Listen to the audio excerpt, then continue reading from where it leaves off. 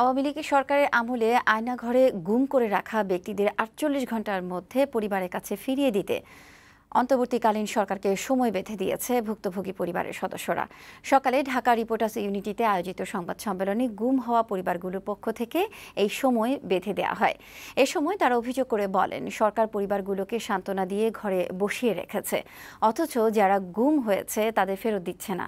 গুম হওয়া ব্যক্তির পরিবারগুলোকে ক্ষতিপূরণ দেওয়ার পাশাপাশি গুমের ঘটনার সাথে জড়িতদের আইনের আওতায় আনারও দাবি জানান স্বজনেরা।